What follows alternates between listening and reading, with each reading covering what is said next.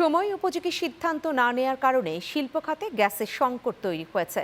সমস্যা সমাধানে উদ্যোগ নেয়ার আশ্বাস দিয়েছেন প্রধানমন্ত্রী তারেক রহমান। সকালে সচিবালয়ে টেক্সটাইল খাতে সমস্যা সমাধানে ব্যবসায়ীদের সঙ্গে বৈঠকে প্রধানমন্ত্রী এই আশ্বাস দেন। বিস্তারিত দেখুন আল নোমানের প্রতিবেদনে। সচিবালয়ে টেক্সটাইল খাতে সমস্যা সমাধানে সরকার প্রধানের সঙ্গে বৈঠক করেন ব্যবসায়ীরা। এ সময় তারা চলমান নানান সমস্যার কথা তুলে ধরেন।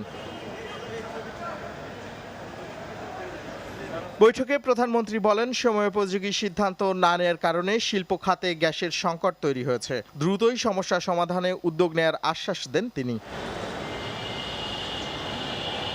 Bangladesh textiles mills association BTMA সভাপতি শওকত আজিজ রাসেল জানান, পুরোপুরি বন্ধ বা আংশিক ক্ষতিগ্রস্ত কারখানাগুলোর কোথায় কতটুকু সহযোগিতা প্রয়োজন তা চিহ্নিত করতে উদ্যোক্তাদের কাছে প্রতিবেদন চাওয়া হয়েছে। আমরা যে আজকে যে অ্যাটেনশন পাচ্ছি, আদর সমাদর পাচ্ছি বা আমাদের কথা যে শোনা হচ্ছে, এটা গত 17 বছর যদি আমাদের শুনতো তাহলে আজকে আমাদের এই দুরহ অবস্থা হইতো না। আমাদের এত মিল আমি এটা স্পষ্ট করে বলতে পারি।